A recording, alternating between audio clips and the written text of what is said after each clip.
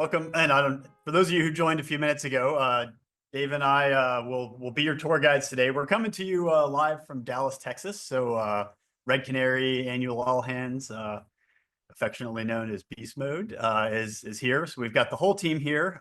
We have some of the team hiding in and out of the room. Dre is doing her best to stay off camera. It's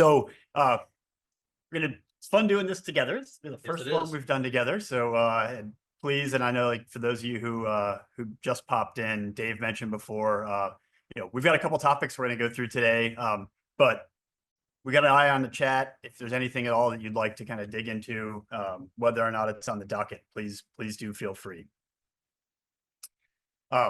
So two things we're going to go through today. I'm going to go through a really brief, like we're not going to go really deep on any Red Canary intelligence this week, like we have the last couple of weeks. But I want to talk through just like a really high level stat that was kind of neat as we were going through and preparing our annual threat detection report. And then we're going to dive into something that's been in the news here for the last several days, which are these like kind of new wave of phishing attacks that are leveraging and abusing device code authentication. We'll kind of talk through what that is and why that's been like really unique and uniquely problematic. By way of a kind of administrative setup, today's session will be recorded, and you can get past sessions in addition and a whole bunch of other content on our YouTube channel as well. I think we had some folks ask about that and like some questions and feedback, so very much appreciated. So I put what I've affectionately referred to as the world's least exciting poll. Like I was looking for a little bit more controversy in the voting. So one of the things that we did is we've been looking at as we kind of prepare our annual threat detection report is like just looking at some of the really high level stats and metadata. So like not specific threats, not like techniques that adversaries are leveraging, but just at a really high level, I was curious, like for every asset that we protect, and that's either, again, like identity, endpoint, cloud workload, how many of those are affected by like a high severity threat in a year? And so this was kind of what I threw out there. And again, like not a lot of controversy in the voting. It was pretty evenly distributed, but this is where we are, which I found like really interesting. So, and more specifically, like we're at 1 out of every 43, right? And so like, and I kind of put this up there, and I think it's actually a great segue into like what we're going to talk about this week. So 1 out of every 43 assets is going to be affected by some sort of higher severity threat in a year, which means that if you're familiar with the old like Swiss cheese model, which is used for like all manner of kind of like incident and accident reporting, it means that 1 out of 43 things is going to slip through all of these cracks, meaning like it's going to go through your preventative controls, it's going to slip through detective controls, effectively like the products and services that we depend on to like either take away that attack surface or to mitigate these threats. And so I found that interesting. And I think that I was sharing with Dave beforehand, that's like maybe the most interesting thing is that this is the second year in a row that exact same rate has held, which is fascinating. Yeah, I mean, what that says to me is that, the adversaries on the other side of the screen from us aren't giving up, right? You would hope that as we develop our craft in protection and detection and implementing controls, and as people invest in securing their environments, that the number of things that get through, you would hope would start to decline over time. You think so? And I mean, what it says is that the people on the other side of the screen are crafty. They're going to continue looking for weaknesses, and we're going to continue to have to adapt year over year. I'm glad that the number is staying at least flat, meaning that we're keeping up with our adversaries. But it's still something that like we just can't take our foot off the gas on this. Yeah, it's I don't know, it's like oddly validating in some ways, like always kind of like since we love tortured analogies, but it's like this stuff is like, it's like water, right? Like adversaries are like water. They will find a way. And so I think in general, like as an industry, we're doing a better job taking away attack surface. Like we're learning more about what controls work and how best to use them. And from a detection and response standpoint, I think we are pretty effective at figuring out, like once we have a bead on a new technique, like how do we go about detecting and responding to that thing effectively. But that's like everyone that you take away kind of gets replaced by something else, and like this, like just looking at that year over year in particular was like really eye-opening. Right. in that regard. So, Yeah, and I think it's a good segue into what we're planning to talk about today. Like a few years ago, the big concern around phishing was like things like credential harvesting. And so the big idea was let's all roll out another factor of authentication to mitigate against the loss of a username and password pair.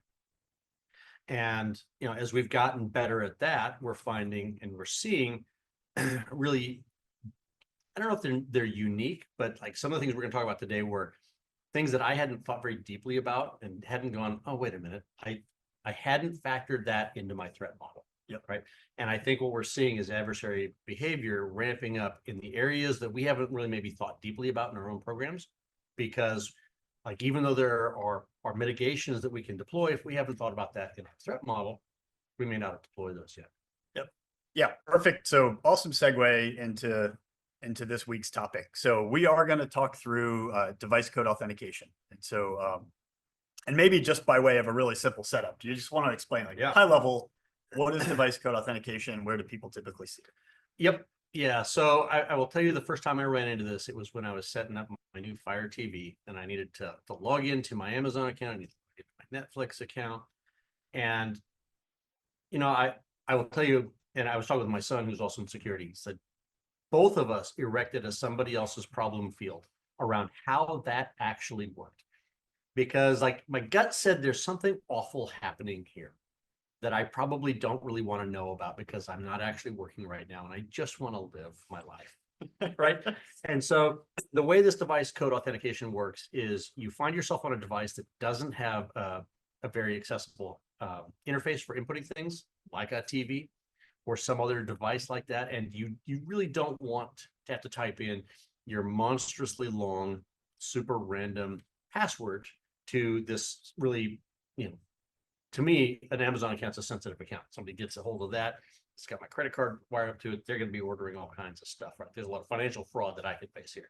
But this is true of your Office 365 account or your Apple account if you're hooking up an Apple TV. And so the TV says, hey, I get it. You don't want to put in your password. Here's a 6-digit code. Go to some other device where it is easy to log in. Go to this URL that belongs to Amazon, that belongs to Apple, and type in this code. And the TV will then suddenly be authenticated. And that was the part I just erected as somebody else's problem field around. I do not want to know how that happens. That's what we're going to talk about today, is how that actually happens. And this is hitting the news because Velexity and Microsoft are publishing research about nation state actors that are using this particular intentional feature in Office 365 in order to gain access to their targets' accounts. Yeah, and I like one of the when Dave kind of sent over this research and we were talking through this, like I think my very first question to you was like, outside of, I'm familiar with it for TVs and it's a great user experience. Like that's like maybe the canonical example of like how and where something like that is really useful. And I don't worry a ton about the security of my TV, but like that was like my initial question to Dave was like, where the heck does this actually show up like in an enterprise? Like, and that was that was surprising. And your answer was surprising. Yeah. So I can tell you where I've run into it in an enterprise, but and I'll come back to that in a second. But the answer is, if the enterprise doesn't actually block it, it doesn't matter where it shows up in the enterprise. Yeah. Because somebody can use this to attempt to phish you and get access to your account.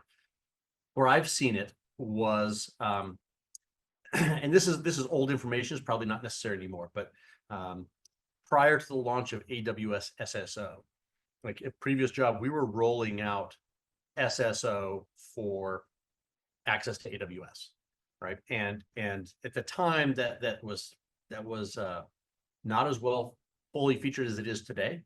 We had an Azure AD IDP, and AWS SSO in its infancy didn't play well with that. And in particular, Azure AD didn't provide an API for getting the piece of information you needed to do the auth flow when you're trying to authenticate the AWS command line, right? Which is what security practitioners use a lot. Yep.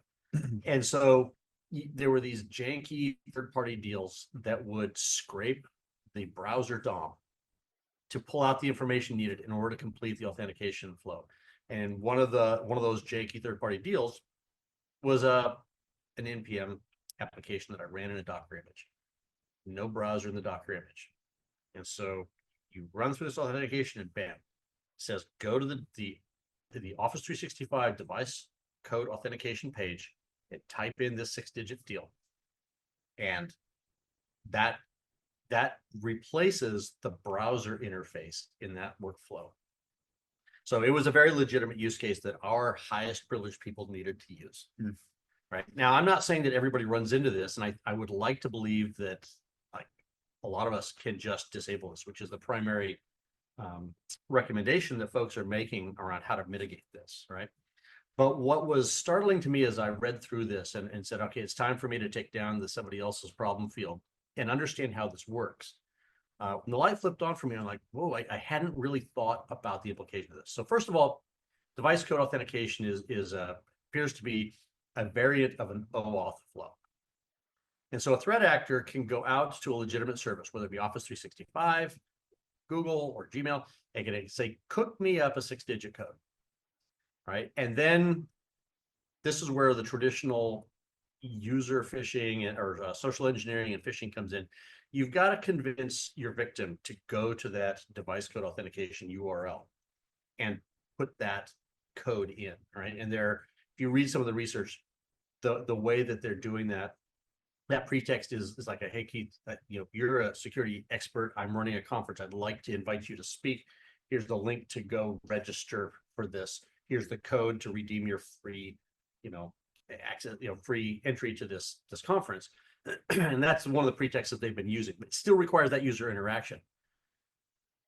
When Keith goes to that page, like there's nothing about that email that he gets which looks suspicious. The URLs in it are legitimate services that we use on a regular basis. If you're an Office 365 customer, it is directly taking you to the Office 365 site. There are no indications this is malicious. So you log in, you've gone through the authentication flow. I'm feeling safe doing this because I know I'm talking to Microsoft. I'm not talking to an adversary anywhere. So they're not in an adversary in the middle position. They're not getting any access to my multi-factor stuff. I put in that code, and on the back end, Microsoft makes a user access token and a refresh token and associates it with that 6-digit number. And the adversary who cooked that 6-digit number up now comes back and pulls a legitimate Microsoft API to collect those credentials. And now they've got long-term credentials. And even if you change your password at that point, those credentials are still valid until you actually kill that session. And so the idea that hadn't really occurred to me was when I go through that flow, how much responsibility I have as the person following the flow to vet that I trust the person who handed me that code. Yeah, that was I kind of mentioned that concept of like trust anchors, which I think is like it's a common concept, but I think we don't, in particular with things like phishing, like the absence of those trust anchors. I think we have effectively taught people to be on the lookout for. That's how like most users, like, even just as simple as like hovering over a link to see like, hey, if I send you an email with a link in it, like hovering over that thing for a second. And I think like an increasing percentage of users are aware that there's a risk there, Right. and doing that. And so like that concept, and we'll maybe, backing up a little bit, like, Signal being used for that initial contact and then getting someone to move over to like a lower security platform for that interaction, like, is an interesting, like, that's how, like, and the folks that are being targeted with this, like Signal to them is like a thing that they trust. These are folks that would in all likelihood never respond to a text message. Right. So you've got in this process, there is a step where the threat actor has to establish some degree of trust interpersonally. Yep. And then now I was reading about this on the way here, so I haven't had a chance to actually give this a try, but my expectation is that if I were to receive one of these and go through this, at some point, I would be presented with a traditional OAuth screen saying, this code belongs to this app and is asking for these permissions. Do you really want to do that? I hope that's the case, right? And so you still have to have you have to get someone over that hurdle of saying, yes, I trust that app. Okay. So I'm hoping there's still that gate there. But my question to the folks on the phone is, are any of us actually portraying a scenario like this, like be aware of being lured into an OAuth connection in our phishing training? Because that hadn't occurred to me as a thing to warn people about. The rest of us, when we see that pop up, we're like, yeah, I'm not okay about that. But do our users know that that's dangerous? Or is that just something that is so foreign to their experience that they just click through? Yep. That, and I think this is where it gets to be tough, because it's like the unfortunate message here is like, and I'd say it's not unfortunate. Any cold outreach from someone asking to help you, unfortunately, like you have to be like extremely aware of, because that's how this whole thing starts, is like effectively cold outreach, right? Someone gets, someone reaches out to the target, usually using Signal. They are pivoting them to another insecure platform in the middle. So like they move from Signal. But is it insecure? Is your email to your authentication to Office 365 Oh, insecure? sorry, no, like this is just the communication side. Okay. But and that, so like, but I think, again, like using Signal right out of the gate kind of does like have that anchoring, like it's inherently more trusted than the unsolicited text message or the unsolicited email. But yeah, so I'll kind of pivot back to like that, that trust anchoring once you're like inside the guts of this attack. To your point, this is all clean. Right. Like, this is 100% clean. These are Microsoft URLs. There is no watering hole attack here. There is no lookalike domain. Right. All of the usual hallmarks of an identity, like an account compromise or an identity related attack. Like those just don't exist. And we'll pop up and we could, this is like this taken from the Microsoft and the Velexity research, like these URLs at the top, again, all 100% legit. Like this is like, these are your kind of leading indicators that someone is trying to like perform this authentication flow to begin with. Right. And kind of to my point, what, I was asking Dave, like, where does this even show up in an enterprise? Right. I suspect for most enterprises, it probably doesn't show up often. And it's an interesting kind of thought experiment to say, like, if anyone touches any of these domains, like, I want the security team to wake up and get a push. And maybe like ideally you get the, I think that kind of like trying to get in front of that and interact. Curious if incidentally, like who else in the chat, I know Dave, you could see you kind of keeping an eye on it. I'm curious where else, like, how many of you see this in your enterprise? How many of you know for sure whether it's like enabled or disabled, which is an interesting kind of aspect of this. And how many of you are actually factoring or taking concrete steps right now to govern OAuth connections that your people can make? Yeah. Yep. Right. Because I'm not sure that it's always acceptable to just shut off the device code authentication flow, which is what the recommendation is for enterprises that can do it. It's a no-brainer, but it's not the only OAuth option available. Yep. We went through this exercise just last year, and we're amazed at the amount of OAuth that we found, and we were equally amazed at how little pushback we got back when we nuked it. And we vetted a set of things that were acceptable for OAuth, and we just nuked everything else and blacklisted it, and like there was no pushback. So it's kind of like the forgotten backwater of authentication. Yeah. And it creates these long-lived authentication sessions, which God knows what permissions they might have.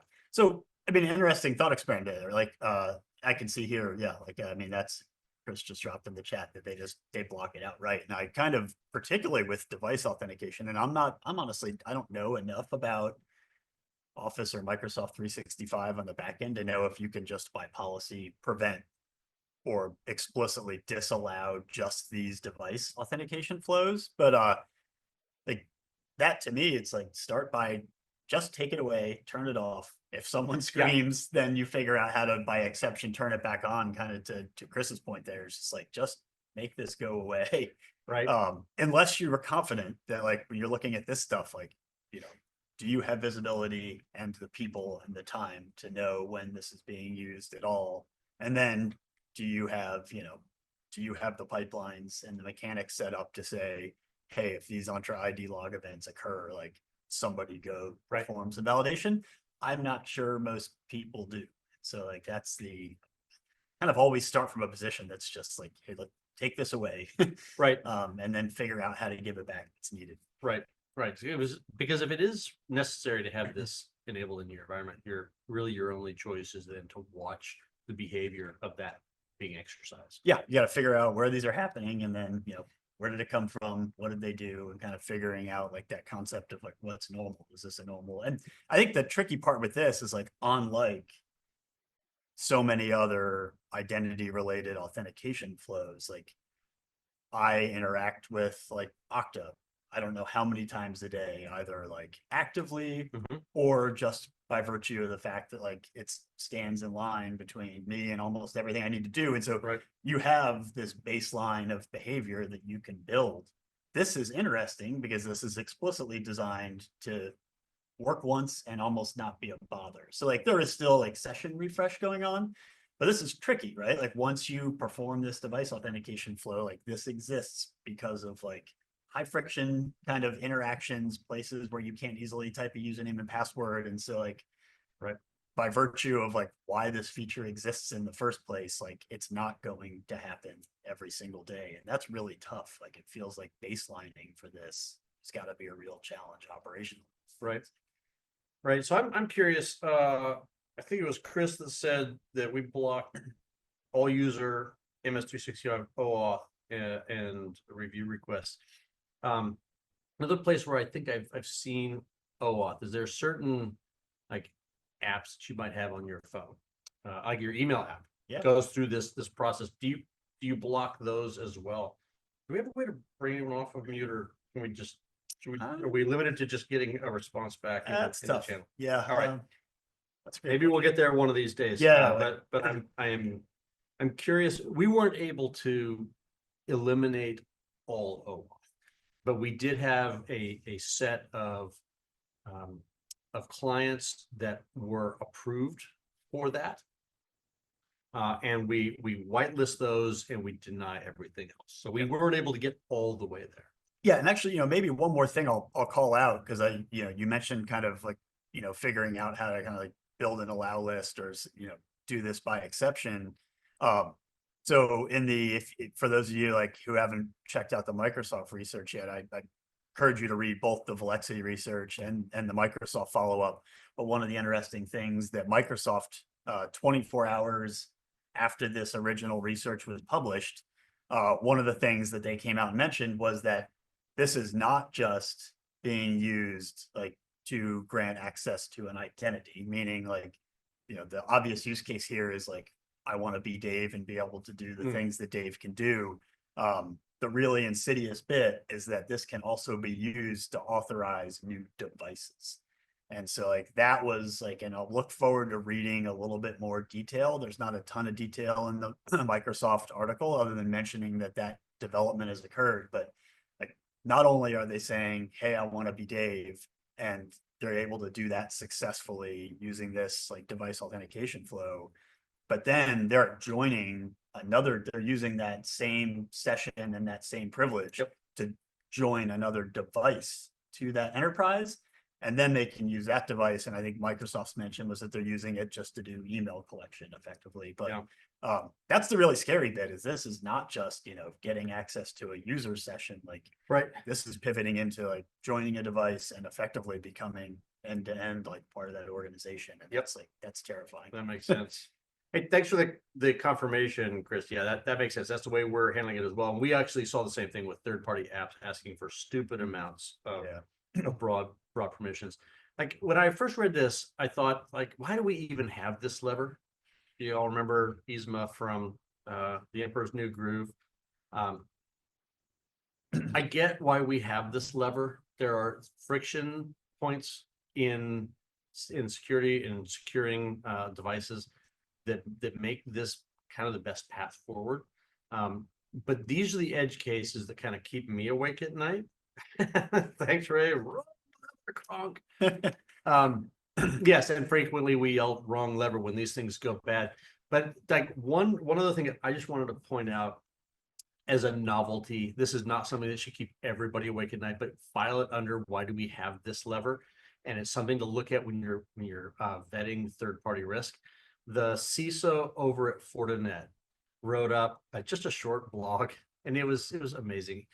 Someone sent him a PayPal phish, right? And the idea behind this is that the attacker set up a domain, a legitimate test domain at Microsoft Office 365, something like evilcorp.com. Set up a distribution list called billing at evilcorp.com, and then added their victims' names to that distribution list, and then sent a request for payment. And so he looks at this and he's hovering over links. He's like, his rubric is great. He's like, what would my mom do? Like, if I go through the advice I give my mom, would I fall for this? And he's looking at this, like, the links are valid PayPal links. Everything, aside from the fact that it was an urgent call to action that he wasn't expecting, everything looked legit.